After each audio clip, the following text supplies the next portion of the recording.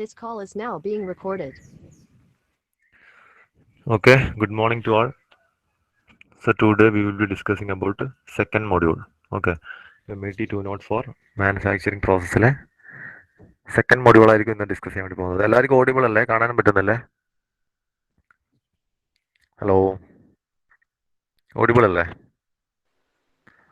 Yes, sir. Okay, first module നമ്മൾ already notes ഒക്കെ upload ചെയ്തിട്ടുണ്ട്, PPTs അപ്ലോഡ് ചെയ്തിട്ടുണ്ട്. അപ്പോൾ അതിൽ സിമ്പിൾ രണ്ട് പ്രോബ്ലംസ് ഓൾറെഡി അതിൽ വർക്കൗട്ട് ചെയ്തിട്ടുണ്ട്. ഒന്ന് നമ്മൾ ക്ലാസ്സിൽ ചെയ്തതാണ്. ബാക്കി വരുന്ന പ്രോബ്ലംസ് ഒക്കെ നമ്മൾ ഇനി വരുന്ന ഈ റെമഡിയൽ ക്ലാസ്സുകളിലൊക്കെ നമ്മൾ നടത്തുന്നതായിരിക്കും. ഓക്കെ, സോ സെക്കൻഡ് മൊഡ്യൂളിൽ നമ്മൾ മെയിനായിട്ട് വെൽഡിംഗ് ആണ് നോക്കുന്നത്. Okay, welding. So what is welding? So നമുക്കറിയാം welding it is a type of joining process. There are different types of joining processes. So welding is one type of joining processes. The joining process എന്ന് പറയുമ്പോൾ there are two types of joining process. ഒന്നെന്ന് വെച്ചാൽ നമുക്ക് എന്താണ് permanent joints കിട്ടുന്ന process അല്ലേ? we will get permanent joints. Otherwise we will get temporary joints അല്ലെങ്കിൽ semi permanent എന്ന് പറയാം, അല്ലെങ്കിൽ ടെമ്പററി ജോയിൻസ്. അപ്പോൾ അങ്ങനെ രണ്ട് ടൈപ്സ് ജോയിനിങ് പ്രോസസ് ആണുള്ളത്. So welding comes under the permanent types of join അല്ലേ? അപ്പം അതിൽ വരുന്ന തന്നെ വേറൊരു എക്സാമ്പിൾ എന്ന് പറഞ്ഞാൽ ഇപ്പം soldering is another example for permanent joint, bracing is another example for permanent joint, riveting is another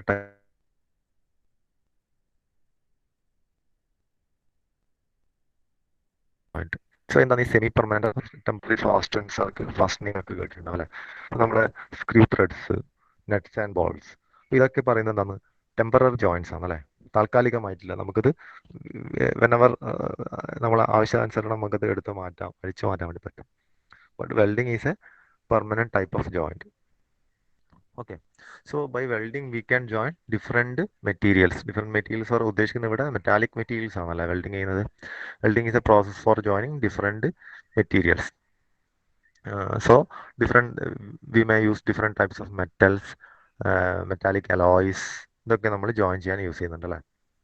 so main ആയിട്ട് എന്താണ് വെൽഡിംഗ് എന്ന് പറയുന്നത് നമുക്കറിയാം there is the sum amount of heat should be required അല്ലേ?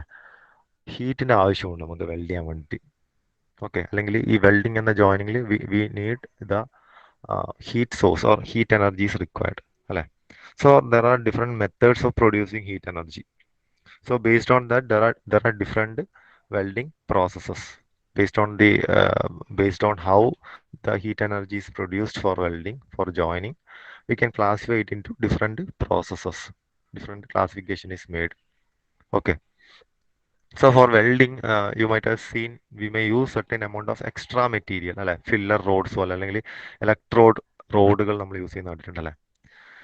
So it is not it's not mandatory in all types of welding. In some cases you use this type of filler materials, in some other we won't use this type of filler materials.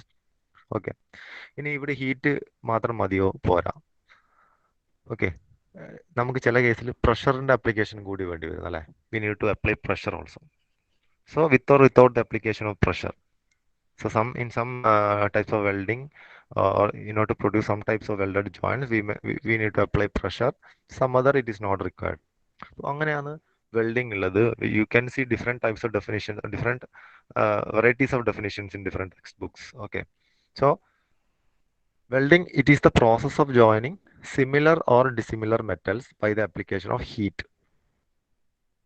with or without the application of pressure, and with or without the addition of filler material. So എന്താണ് definition? അതുപോലെ തന്നെ by heart ആക്കുക.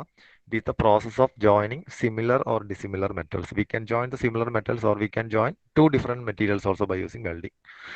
Okay, so metals means it includes metals as well as alloys. Okay, metals പറയുമ്പോൾ അതിൽ pure മെറ്റൽസും അതിൽ alloys included ആണ്. So the default we need to apply heat. Okay, by the application of heat. Then with or without the application of pressure, and with or without the addition of filler materials. So this pressure, some cases it is applied, and some other it is not. And same in the case of filler materials, in some cases we will add filler material, in some cases it is not required. Okay, so the default application is heat. Heat is the main uh, heat is having the main role in this welding. So how we will produce heat? So we know that there are different methods of producing heat. അല്ലെ? ഇപ്പോൾ heat നമുക്ക് produce ചെയ്യാൻ ഒരുപാട് electrical heat അല്ലെ, electricity കൊടുത്ത് നമുക്ക് heat produce ചെയ്യാം. ഇല്ലെങ്കിൽ നമുക്ക് ബൈ ഫ്രിക്ഷൻ അല്ലെ, ഫോഴ്സ് അപ്ലൈങ് ഫോഴ്സ് നമുക്ക് ഫ്രിക്ഷൻ ഹീറ്റ് ബൈ റബ്ബിങ് നമുക്ക് ഹീറ്റ് പ്രൊഡ്യൂസ് ചെയ്യാം. അല്ലെങ്കിൽ വല്ല ഫർണസ് വെച്ചിട്ട് ഹീറ്റ് പ്രൊഡ്യൂസ് ചെയ്യാം അല്ലെ. അല്ലെങ്കിൽ ചില റിയാക്ഷൻസ് വെച്ച് heat produce. There are different methods of how we will produce heat. Based on that we have a different broad classification of welding. For example, if you are producing this heat by a Smith hearth അല്ല, നമ്മളിപ്പോൾ നമ്മളെ foundry operation നമ്മൾ കാസ്റ്റിങ്ങിലൊക്കെ ചെയ്യുന്ന പോലെ സ്മിത്തിങ്ങിൽ ചെയ്യുന്ന Smith ഹേർത്ത് വെച്ചിട്ട് produce ചെയ്യുന്നെങ്കിൽ that type of welding is called forge welding. If electric current is used, then we will call it as a resistance welding. If gas flames are used, we will call it as gas welding. If you are using some kind of chemical reactions to produce heat, like നമുക്കറിയാം exothermic ചില reactions heat generate means liberate ചെയ്യും. Such reactions are called exothermic reactions. So if you are using any type of exothermic reactions to generate heat, and that heat is produced, or that is heat is used for joining certain materials, then such type of welding is called as thermit welding. Okay. So arc welding ആണെങ്കിൽ electric ആർക്കാണ് use ചെയ്യുന്നത്.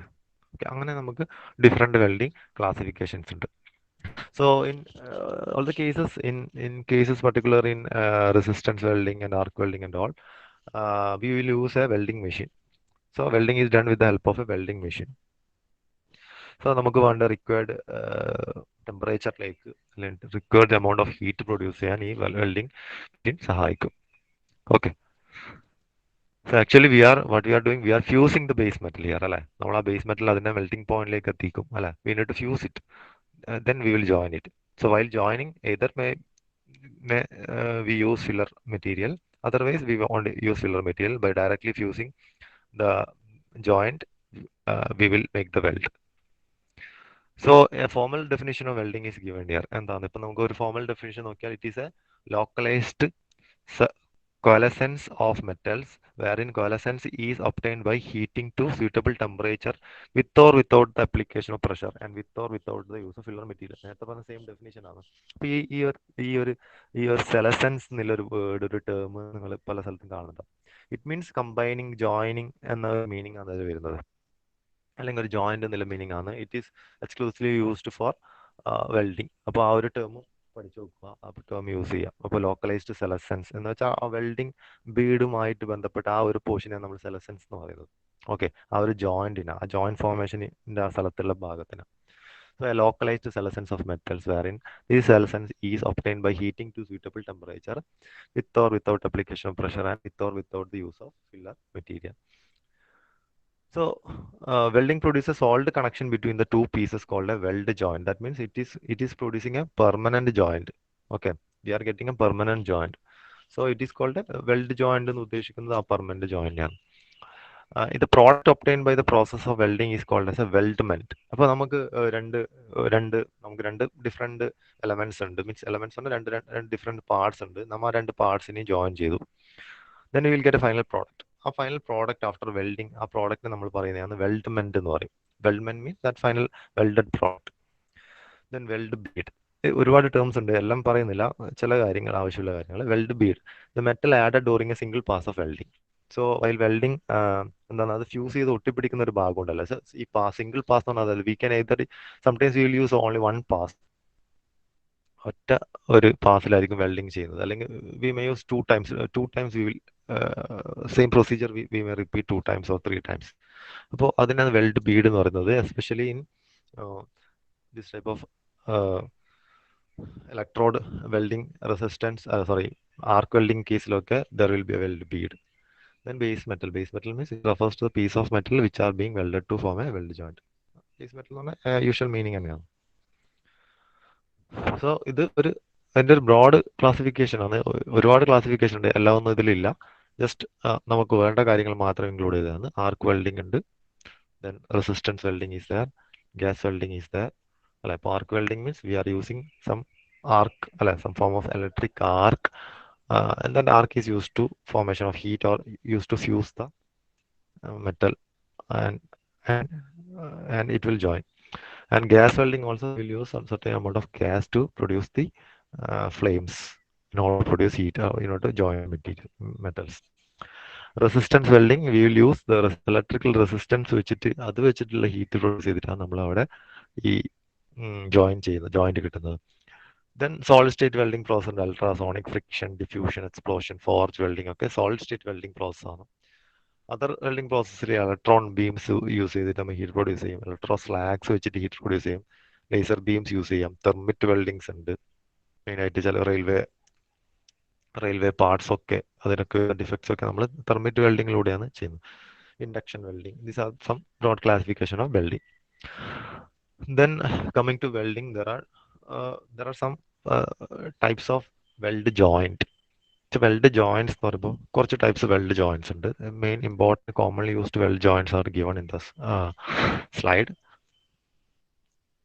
Okay, that is first one butt joint. Butt joints okay, നിങ്ങൾ അതിന്റെ രണ്ട് edges തമ്മിൽ join ചെയ്യുന്ന ആ ഒരു ഇതിനെ നമ്മൾ ബഡ് ജോയിന്റ് എന്ന് പറയുന്നത്.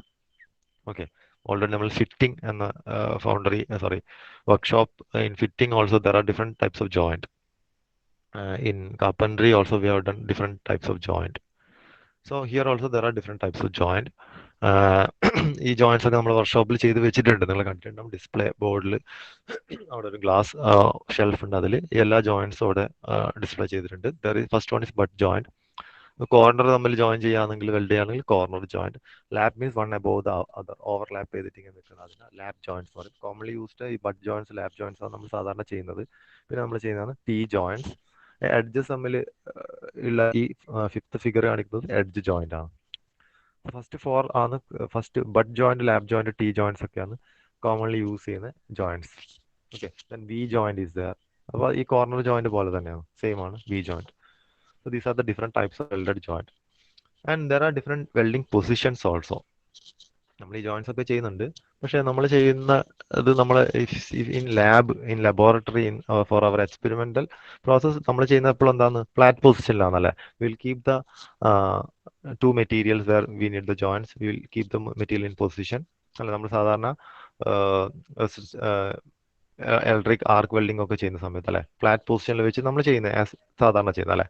But in an application, in practical applications it is required to take to have different welding positions അല്ലെ. For example, if you are in a penstock പറഞ്ഞൊരു വലിയ ലാർജ് പൈപ്പ് ആണല്ലേ, വലിയ ഡയമീറ്ററുള്ള പൈപ്പ്സ് ആണ് പെൻസ്റ്റോക്ക് എന്ന് പറയുന്നത്. അപ്പോൾ ഒരാളുടെ ആവറേജ് ഹൈറ്റിൽ ആയിരിക്കും അതിന്റെ റേഡിയം ഒക്കെ വരുന്നത്. ചിലപ്പോൾ ഒരാളുടെ ഹൈറ്റിലൊക്കെ ആയിരിക്കും അത് വരുന്നത്, അതിന്റെ ഡയമീറ്റർ ഒക്കെ വരുന്നത്. So in such type of metallic pipes, ഇപ്പോൾ ഇത് ഈ ടർബൈൻ നമ്മളെ ഡാംസിലൊക്കെ വാട്ടർ ഫ്ലോയിങ് അതിന് അല്ലെങ്കിൽ ക്യാരി ചെയ്യാൻ വേണ്ടിയിട്ടൊക്കെ യൂസ് ചെയ്യുന്നതാണ്. So in such cases in some defects happened inside in the top position, ആ സമയത്തൊക്കെ നമ്മൾ ചെയ്യുന്ന ഓവർ ഹെഡ് ആയിട്ട് നമ്മൾ വെൽഡ് ചെയ്യണം അല്ലേ. So there are different welding position. One is flat position, സാധാരണ രീതിയിൽ താഴെ വെച്ച് നമ്മൾ ചെയ്യുന്നത്. Then horizontal ആയിട്ട് നമ്മൾ ഹാൻഡ് മൂവ്മെന്റ് പോകുന്ന ആ പൊസിഷനിൽ നമ്മൾ വെൽഡ് ചെയ്യുകയാണെങ്കിൽ it is horizontal position. Vertical ആയിട്ടാണ് ഹാൻഡ് മൂവ്മെന്റ് പോകുന്നതെങ്കിൽ വെർട്ടിക്കൽ പൊസിഷൻ. ഓവർ ഹെഡ് ആയിട്ട് ചെയ്യുകയാണെങ്കിൽ overhead position. These are the four commonly used welding positions. Just ഓർത്ത് നോക്കുക. വെൽഡിംഗ് ജോയിന്റ്സ് ഉണ്ട്, also there are welding positions. Next term, important term is weldability. ഇതൊരു short answer type question ആയിട്ട് വരാൻ സാധ്യതയുള്ള അല്ലെങ്കിൽ ചോദിക്കാവുന്ന ഇമ്പോർട്ടൻസ് ഉള്ള ഒരു ക്വസ്റ്റൻ ആണ് weldability. So weldability means we are using different materials അല്ലെ. നമുക്ക് വെൽഡ് ചെയ്യാൻ, നമുക്ക് എങ്ങനെ വെൽഡ് ചെയ്യാം, there are different welding process. For example, if you are using resistance welding, resistance weld ചെയ്യാൻ വേണ്ടിയിട്ട് ഉപയോഗിക്കുന്ന എന്താണ്, നമ്മൾ രണ്ട് മെറ്റൽസ് വെൽഡ് ചെയ്യാനായിരിക്കും ഉപയോഗിക്കുന്നത് അല്ലെ. എന്ത് മെറ്റൽ ആവാം, എന്തും ആവാം. അത് ചിലപ്പോൾ അയണിന്റെ ആവാം, സ്റ്റീൽ ആവാം, അലൂമിനിയം ആവാം, നിക്കൽ ആവാം. So what is weldability? Weldability is nothing but it is a ease with which the material can be welded. നമുക്ക് എത്ര ഈസിനെസ്സിനെയാണ് നമ്മൾ വെൽഡബിലിറ്റി പറയുന്നത്. ഏറ്റവും പെട്ടെന്ന് എളുപ്പത്തിൽ വെൽഡ് ചെയ്യാൻ വേണ്ടി പറ്റുന്നുണ്ടെങ്കിൽ അത് വെൽഡബിലിറ്റി കൂടിയ മെറ്റീരിയൽ ആണ് അല്ലെ. ഈസിലി നമുക്ക് അത് വെൽഡ് ചെയ്യാൻ വേണ്ടി പറ്റുന്നുണ്ടെങ്കിൽ അതിന് നല്ല വെൽഡബിലിറ്റി എന്ന് പറയും അല്ലെ. So it is the capacity of A metal, it is the capacity of A metal.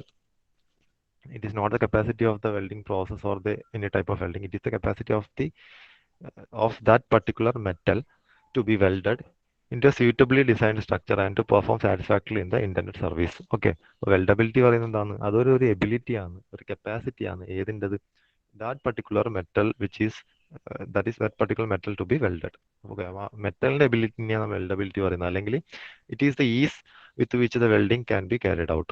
or with which the welding is done. Okay, so അതാണ് അടുത്ത point. The ability of the metal ആണ്, it is the ease with which the metal can be welded ആണ്. Okay, so the quality of the weld and the ease with which the welding is carried out determines weldability. Okay, so weldability പറയുമ്പോൾ അത് C നല്ല weldability മെറ്റീരിയലിൽ നല്ല quality velds നമുക്ക് തരും അല്ലെ. Quality velds means what, അത് എന്തിനാണോ നമ്മളത് യൂസ് ചെയ്യുന്നത്, ആപ്ലിക്കേഷൻ ദാറ്റ് ഇന്റർനെറ്റ് സർവീസ് അത് സാറ്റിസ്ഫാക്ടറി ആയിട്ട് അത് വർക്ക് ചെയ്യുന്നുണ്ടെങ്കിൽ, ആ സർവീസിൽ വർക്ക് ചെയ്യുന്നുണ്ടെങ്കിൽ നമുക്ക് പറയാം അതിന്റെ ക്വാളിറ്റി നല്ല ക്വാളിറ്റിയാന്ന് പറയാം അല്ലെ.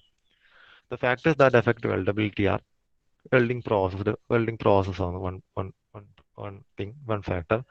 Property of base metal, definitely property will be different for different materials or different alloys. Property of filler metal, if you are adding certain, നമുക്കറിയാം നമ്മൾ ഫില്ലർ മെറ്റൽ ആഡ് ചെയ്യും അല്ലെ. അപ്പോൾ ആ ഫില്ലർ മെറ്റലും ബേസ് മെറ്റൽ തമ്മിൽ യൂസ് ചെയ്യുമ്പോൾ there should be a chemistry between that, among that between the base metal and the filler metal. So property of the filler metal is also a factor which determines the weldability. Okay, surface conditions environmental conditions, surface see oxidations or sulfur സൾഫ്യൂറിക്കേഷൻസ്, oxidations, അല്ലെങ്കിൽ other types of oxide മാറ്റാക് അല്ലെ. അപ്പോൾ എൻവയോൺമെന്റൽ conditions അല്ലെങ്കിൽ surface conditions where we are doing the welding is also important. So these are the certain factors that affect weldability. So weldability is important ആണ്, at some point of view important ആണ്. So 2 points ആണ്. It is a capacity of the metal to be welded into a suitable design structure and to perform satisfactory in the intended service. It is a ease with which, or weldability is a ease with which the metal can be, or the material can be welded. Then third point, the factor that affect weldability, welding process, properties of base metal, properties of filler metal, then surface conditions. There are two types of weldability. One is service weldability and fabrication weldability. എന്താണ് the difference? Service weldability refers to the ability of the combination of process and materials to turn out a welded joint that will stand up to thermal and chemical stresses, corrosion, and other service requirements. So service weldability means if service requirements, service ടൈമിലുള്ള കണ്ടീഷൻസിനെ അത് means അത് വിക്സ്റ്റാൻഡ് ചെയ്യാൻ വേണ്ടി പറ്റുന്നുണ്ട്, നമ്മൾ അതിന് service weldability എന്ന് പറയും. ഫോർ എക്സാമ്പിൾ, സർവീസിൽ വരുന്ന കാര്യങ്ങളാണ് മീൻസ് അതിന്റെ അതൊരു ഫങ്ഷനിങ് ആയിട്ട് വരുന്ന കാര്യങ്ങളാണ് mechanical stresses, then corrosion factors, there will be other service requirements also. So അതൊക്കെ അതിന് തരണം ചെയ്യാൻ വേണ്ടി പറ്റുന്നുണ്ടെങ്കിൽ, അതിനൊക്കെ സ്റ്റാൻഡ് അപ്പ് ചെയ്യാൻ വേണ്ടി പറ്റുന്നുണ്ടെങ്കിൽ, സ്റ്റാൻഡ് ചെയ്യാൻ വേണ്ടി പറ്റുന്നുണ്ടെങ്കിൽ, we will say that it is having enough service weldability. And fabrication weldability, it is the capacity of the combination of materials and processes to produce proper fusion, limited porosity, absence of crack, and proper weld geometry. So fabrication weldability is that ability of the material during the process of welding. A welding process, if whether it is able to properly fuse and join together, and whether it is able to give limited porosity കുറക്കണം, crack കുറക്കണം അല്ലെ, എന്നാലേ നമുക്ക് quality weld കിട്ടും. So whether it is able to have a reduced cracks or damages. Okay, ഇതൊക്കെ ആണ് ഈ fabrication weldability ഉണ്ടെങ്കിൽ അതാണ് നമ്മൾ ഫാബ്രിക്കേഷൻ വെൽഡബിലിറ്റിയിൽ പറയുന്നത് അല്ലെ. Service weldability is based on the service, internal service അത് സക്സസ്ഫുള്ളി കംപ്ലീറ്റ് ചെയ്യാൻ അല്ലെങ്കിൽ അതിന് എക്സ്റ്റെൻഡ് ചെയ്യാൻ വേണ്ടി പറ്റുന്നുണ്ടോ എന്നുള്ളത്. Fabrication weldability is different, it is all during the time of welding, whether it can fuse properly or it is producing limited porosity and limited cracks, limited damages. So weldability വരുന്ന ഒരു പോയിന്റും കൂടിയുണ്ട്. There are two types of weldability, service weldability and fabrication weldability. Then coming welding metallurgy. So നമ്മൾ എന്തായാലും നോക്കി welding, what is welding? It is a joining process. So there are different types of joining process now. One is permanent joint is there, semi-permanent or temporary joint is there. So welding comes under a permanent joint. Okay, so welding is used to join similar or dissimilar metals with the application of heat. Then with the application of heat, with or without the addition of filler material, with or without the application of pressure. That is the definition of welding. So based on how we are producing it, there are different classification of welding. ഓരോ classification there are different types of welding. Okay, അത് നമ്മൾ ഇതിൽ സിലബസിലുള്ള കാര്യങ്ങളൊക്കെ നമ്മൾ പഠിക്കും. Then there are different types of welding joints. നോക്കി, there are different types of welding positions. Then comes weldability. അല്ല is to it is easiness of welding, that is called weldability. Then coming welding metallurgy. So metallurgy means എന്താ, metallic പ്രോപ്പർട്ടീസുമായിട്ട് ബന്ധപ്പെട്ട കാര്യം welding metallurgy അല്ലെ. അതിന്റെ structure ഒക്കെ ആയിട്ട് ബന്ധപ്പെട്ട കാര്യമാണ് മെറ്റലർജി എന്ന് പറയുന്നത് അല്ലെ. Welding operations give rise to many metallurgical effects. So you know that welding operation means the temperature temperature difference is coming there, right? Temperature rise is there's an increase or decrease in temperature coming into play.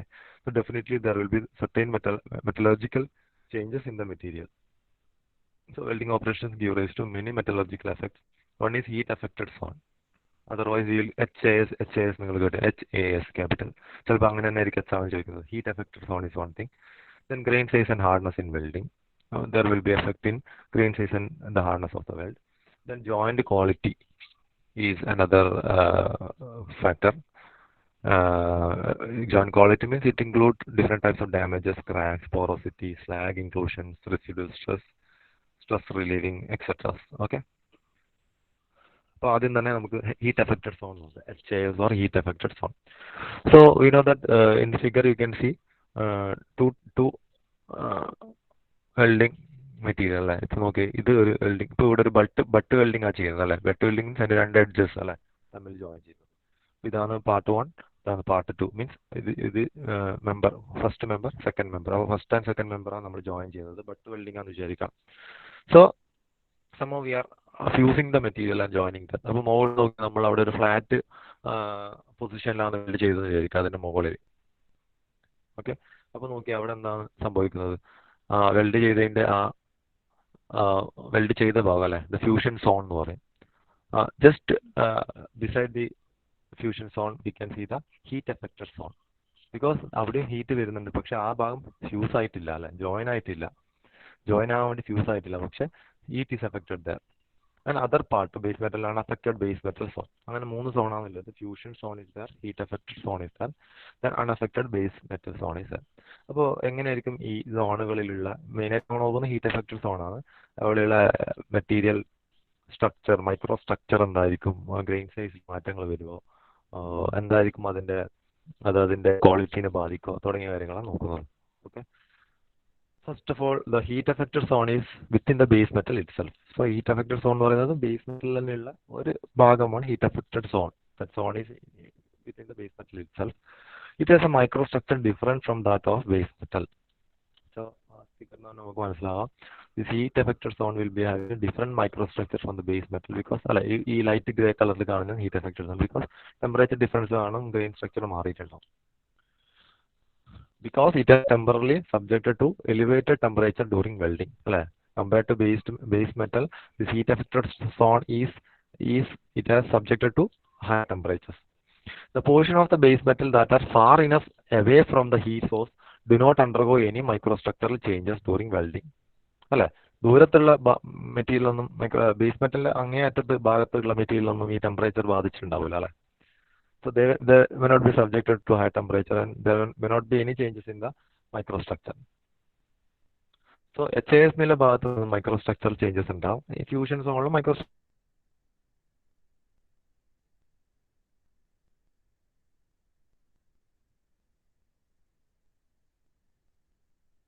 Okay. So the properties of microstructure of the HAS depends on 2 factors are there. The rate of heat.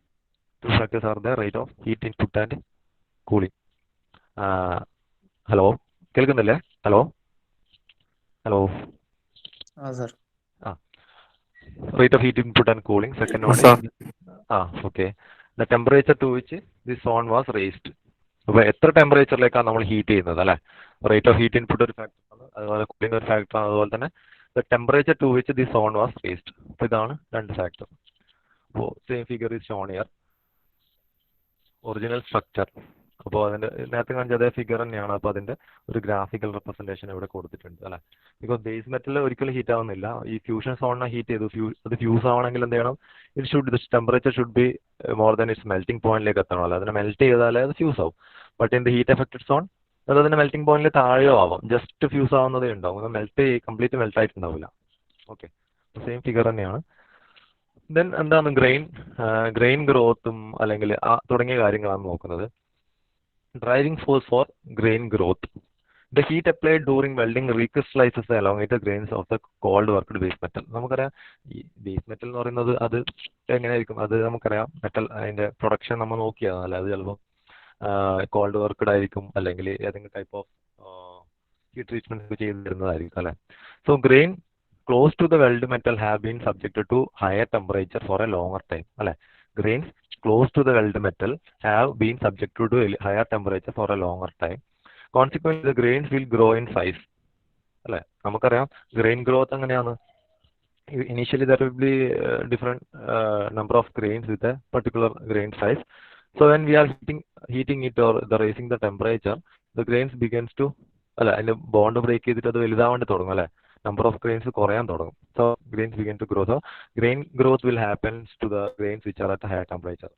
And this region will be softer and have lower strength. Such a joint will be weakest at its HZ. അപ്പോൾ ഈ HZ എന്ന് പറയുന്ന ആ സ്ഥലത്ത് weld metal ആ fusion സോണിന്റെ അടുത്തേക്ക് ഭാഗമൊക്കെ എന്താ ഹയർ ടെമ്പറേച്ചർ ആയിരിക്കും അല്ലെ. അത് ഒരുപാട് സമയം ഫോർ എ ലോങ്ങർ ടൈം എന്ന് വെച്ചാൽ ഒരുപാട് സമയം അത് ഹയർ ടെമ്പറേച്ചറിൽ തന്നെ ആയിരിക്കും. ദൂരെയുള്ള ഭാഗം കുറച്ച് ബേസ് മെറ്റലായിട്ട് അടുത്ത് നിൽക്കുന്ന ഭാഗത്തിന് ടെമ്പറേച്ചർ കുറയും കുറച്ച് പെട്ടെന്ന്. So in such grains will grow in size, that is grain growth will be more, and this region will be softer and have lower strength. So such a joint will be weak at its HZ. Okay, അപ്പോൾ ആ joint ഒക്കെ HZ week ആയിരിക്കും അത്തരത്തിലുള്ള joints. Grain closer to weld metal will grow into coarse and softer grains, while those away from weld metal recrystallize into fine equilateral grains. Okay, grains closer to weld metal will grow into coarse and softer grains. അപ്പോൾ അടുത്തുള്ള weld മെറ്റലിനായിട്ട് അടുത്തുള്ള HZ സോണിലുള്ള grains ഒക്കെ വലുതായിരിക്കും, വലുതാകുമ്പോൾ softer ആയിരിക്കും. And those away from weld metal എന്തായിരിക്കും, it recrystallise into fine equiaxed grains. അത് fine grains ആയിരിക്കും ദൂരത്തുണ്ടാവുക. അപ്പോൾ അതിന്റെ ഒരു സ്ട്രക്ചറാണ് ഇവിടെ കാണിക്കുന്നത്. See in the fusion zone നോക്കിയ columnar grains in fusion zone വലിയ ഗ്രെയിൻസ് ആണ്. കോർസ് ഗ്രെയിൻ ഇൻ HZ സോണിൽ നോക്കിയ കോർസ് ഗ്രെയിൻസ് ആണ് ഉണ്ടാവുക. ഓക്കെ, മീൻസ് കുറച്ച് വലിയ grains near the weld interface. ദൂരത്തേക്ക് പോകുന്ന അനുസരിച്ച് നോക്കിയാൽ ഫൈനൽ ഗ്രെയിൻസ് ആയിട്ട് മാറും.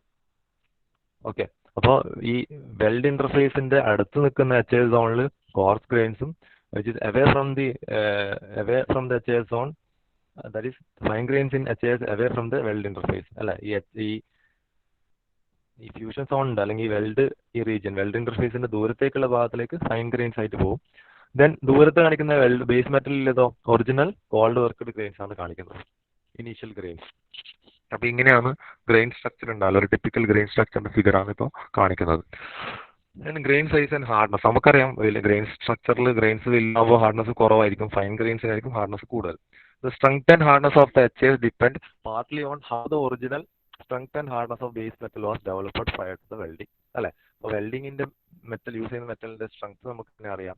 So what is the strength and hardness of the original metal? Okay, so if we are using steel and രണ്ട് കേസസിൽ യൂസ് ചെയ്യുകയാണെങ്കിൽ ഇൻ ഫസ്റ്റ് കേസിൽ same steel sometimes it may be cold work ചെയ്ത് വരുന്ന steel ആയിരിക്കും. ഇത് second സിറ്റുവേഷനിൽ second കേസിൽ നമ്മൾ യൂസ് ചെയ്യുന്നത് ചിലപ്പോൾ അത് സോളിഡ് സൊല്യൂഷൻ സ്ട്രെങ്തൻ ചെയ്ത സ്റ്റീൽ ആയിരിക്കും. Same material, same steel, but both are strengthened or hardened in different mechanical methods. First one is cold worked, second one is salt solution strengthened, അല്ലെങ്കിൽ precipitation strengthened ആയിരിക്കും, അല്ലെങ്കിൽ വേറെ ഏതെങ്കിലും heat treatment strengthened ആയിരിക്കും. അപ്പോൾ അതിനെ depend ചെയ്യും.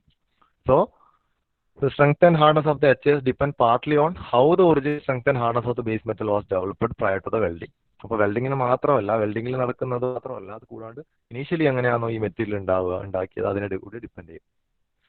As A steel for example ഇപ്പോൾ കോൾഡ് വർക്കിംഗാണ് നമ്മൾ കൂടുതലായിട്ട് ചെയ്യുന്നത്. അപ്പോൾ അത് ബേസ് ചെയ്തിട്ടാണ് അടുത്തൊരു എക്സ്പ്ലനേഷൻ പറയുന്നത്. Cold working means it may be cold forged, cold rolled ആവാം. ഓക്കെ, കോൾഡ് റോൾഡ് ആവാം, കോൾഡ് ഫോർജ്ഡ് ആവാം. As the steels are hardenable, an increase in hardness appears in the zones that are heated above the upper critical temperature. നമുക്കറിയാം heating നമ്മൾ പഠിച്ചാണ്. Heating a steel, there is a lower critical temperature, there is an upper critical temperature. അല്ലെ, ഇപ്പോൾ 727 degrees Celsius ആണ് lower critical temperature. upper critical temperature it will vary according, അതൊരു line ആണല്ലോ, അത് മാറിക്കൊണ്ടിരിക്കും. നമ്മുടെ കാർബൺ ഇൻഗ്രീഡിയൻറ്റ് കോൺസെൻട്രേഷൻ അനുസരിച്ച് അത് മാറിക്കൊണ്ടിരിക്കും. നമുക്കറിയാം അതൊരു 800, 850 to 1100 വരെ വാരി ചെയ്യാം upper critical temperature.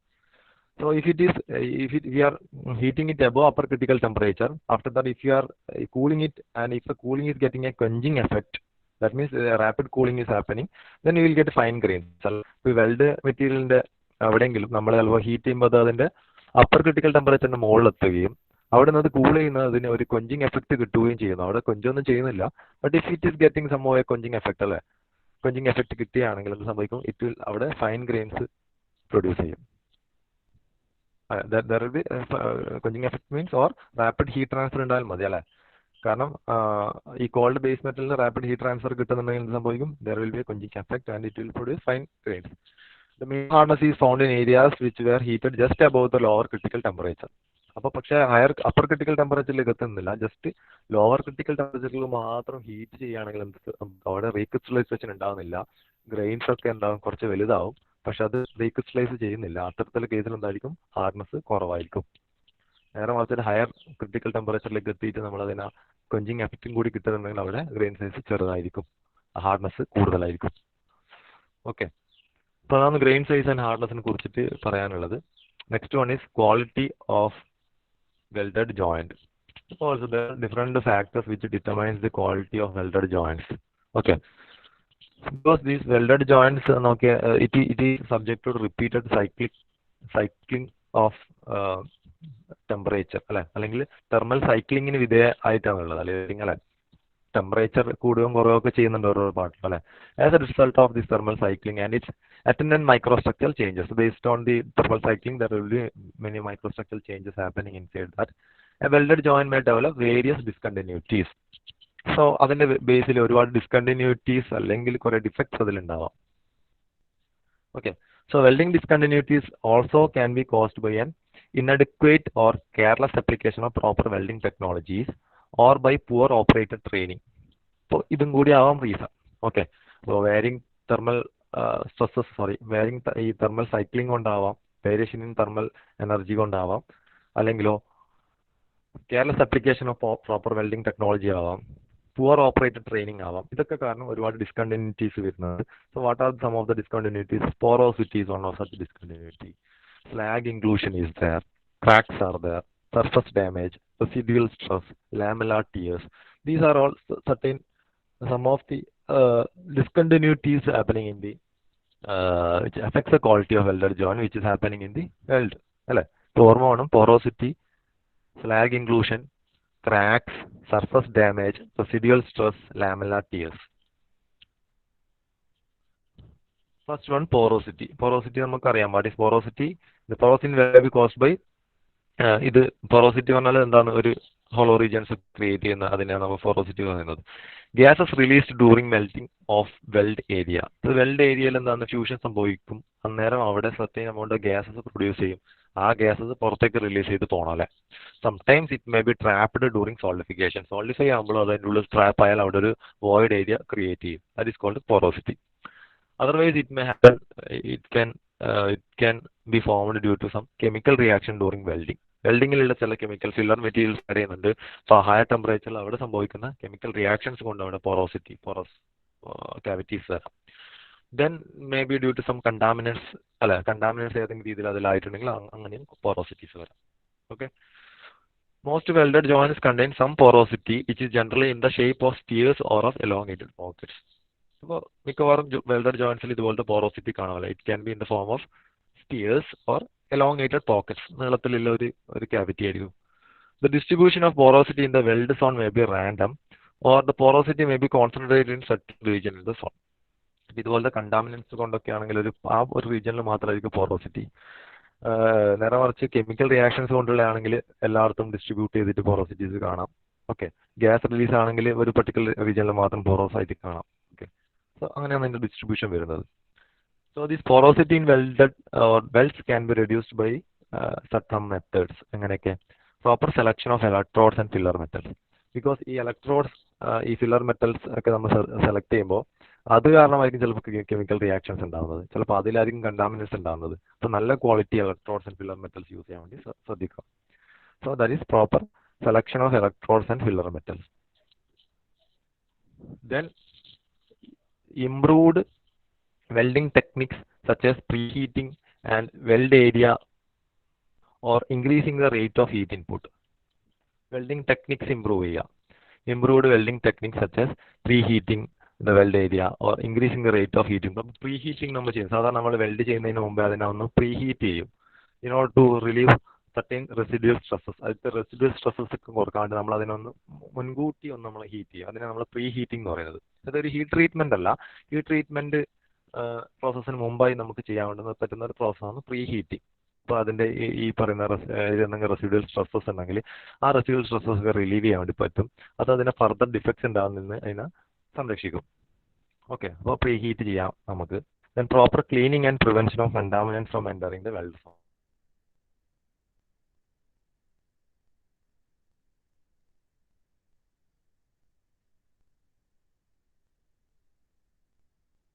അപ്പോൾ വെൽഡിങ് ചെയ്യുന്ന ആ ഒരു എൻവയോൺമെന്റ് ക്ലീൻ ആക്കി വെക്കുക, അല്ലെങ്കിൽ വെൽഡ് ചെയ്യുന്ന അത്രയും ആ ഭാഗം ക്ലീൻ ആയിട്ട് കണ്ട.